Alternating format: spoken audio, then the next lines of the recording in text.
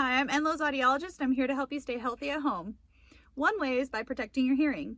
When you're around loud noises, it's important to wear hearing protection devices. Some examples of loud noises include power tools, such as a power saw, guns. Guns can cause hearing loss after one shot depending on the situation and gun.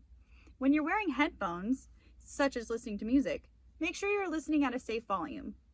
If you have any questions about what volume is safe, refer to OSHA. And then to measure, you can download a sound level meter app on your phone or device. If you have any concerns of your hearing, please get a referral from your primary care to an audiologist.